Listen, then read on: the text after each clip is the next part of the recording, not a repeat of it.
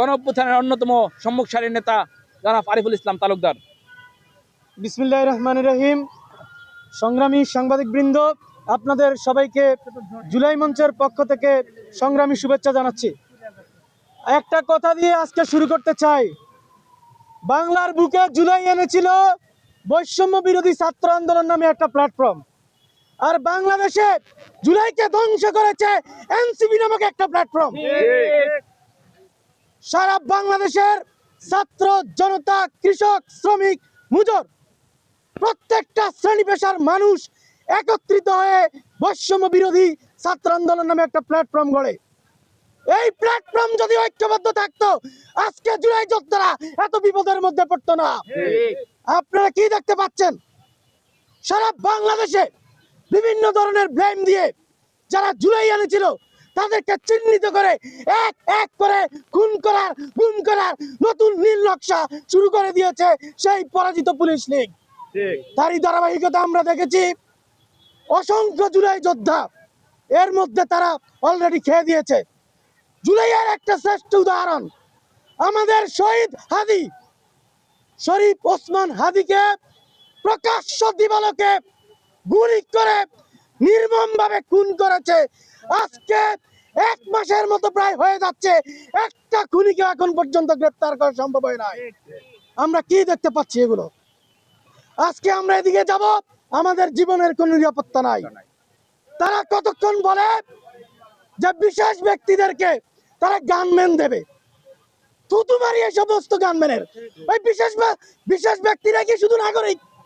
প্রত্যেকটা মানুষের নিরাপত্তা নিশ্চিত করার জন্যই আমরা এই রাষ্ট্র ব্যবস্থা কায়েম করেছি। তাহলে আপনার শুধুমাত্র ওই এনসিপির নেতা, ওই জামাতের নেতা, ওই বিএনপির নেতা, গুটি কয়েক সিলেক্টিভ মানুষ যারা এমনিতে নিরাপত্তা পায় তাদেরকে আপনারা নিরাপত্তা দিতে বসে আছেন, অথচ যার নিরাপত্তা প্রয়োজন তাকে আপনারা চিনছেন না। এগুলা কি আমরা চলতে দিব? আমরা একটা কথা বলছি, জুলাইয়ের যে বিপ্লব, এই বিপ্লবের পর একটা বিপ্লবী সরকার প্রয়োজন ছিল। গত 1.5 থেকে 2টা বছর এই অথর্ব উপদেষ্টা সরকার আমাদের এই সরকার ব্যবস্থা নিয়ে নিয়েছে। আমি প্রশ্ন রাখতে চাই, এই 1.5-2 বছরে কি এমন পরিবর্তন হয়েছে? গত 54 বছর ধরে এই বাংলাদেশে যে সংস্কৃতি চলছে, কোনটার পরিবর্তন হয়েছে? আপনার আমাদেরকে দেখান। একটাও পরিবর্তন হয় নাই। ওই নির্বাচনকে কেন্দ্র করে ওই মারামারি হচ্ছে, মানুষ খুন হচ্ছে, নির্বাচনকে কেন্দ্র করে রাস্তাঘাট অবরোধ হচ্ছে, আগুন জ্বলছে, নির্বাচনকে কেন্দ্র করে অনেক ঘটনা ঘটছে, কোনো পরিবর্তন তো নাই। তাহলে আপনারা এই 1.5 থেকে 2 বছর জাতির থেকে কেন আপনারা ছিনিয়ে নিলেন? আপনার উপহার দিয়েছেন। আপনারা কি উপহার দিয়েছেন? বাচ্চা কাচ্চাদেরকে দুর্নীতিবাজ বানিয়েছেন। আপনারা কি উপহার দিয়েছেন?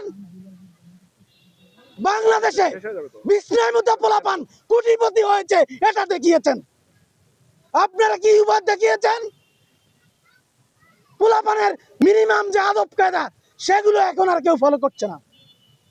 যদি শৃঙ্খলার এই অবস্থাই হয়, বিপ্লবী সরকার যখন হয় নাই, তাহলে 2টা বছর আপনারা কেন জাতি থেকে ছিনিয়ে নিলেন? কেন এই সময়টা নষ্ট করলেন?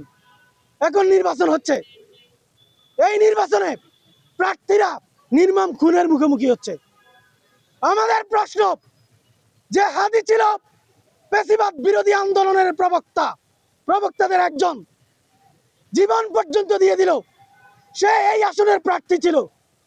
নির্বাচন কমিশন থেকে বলা হচ্ছে এগুলো নাকি বিচ্ছিন্ন ঘটনা। আপনারা শুনছেন না? তারপরেও এই কমিশন এখনো বহাল থাকে কি করে?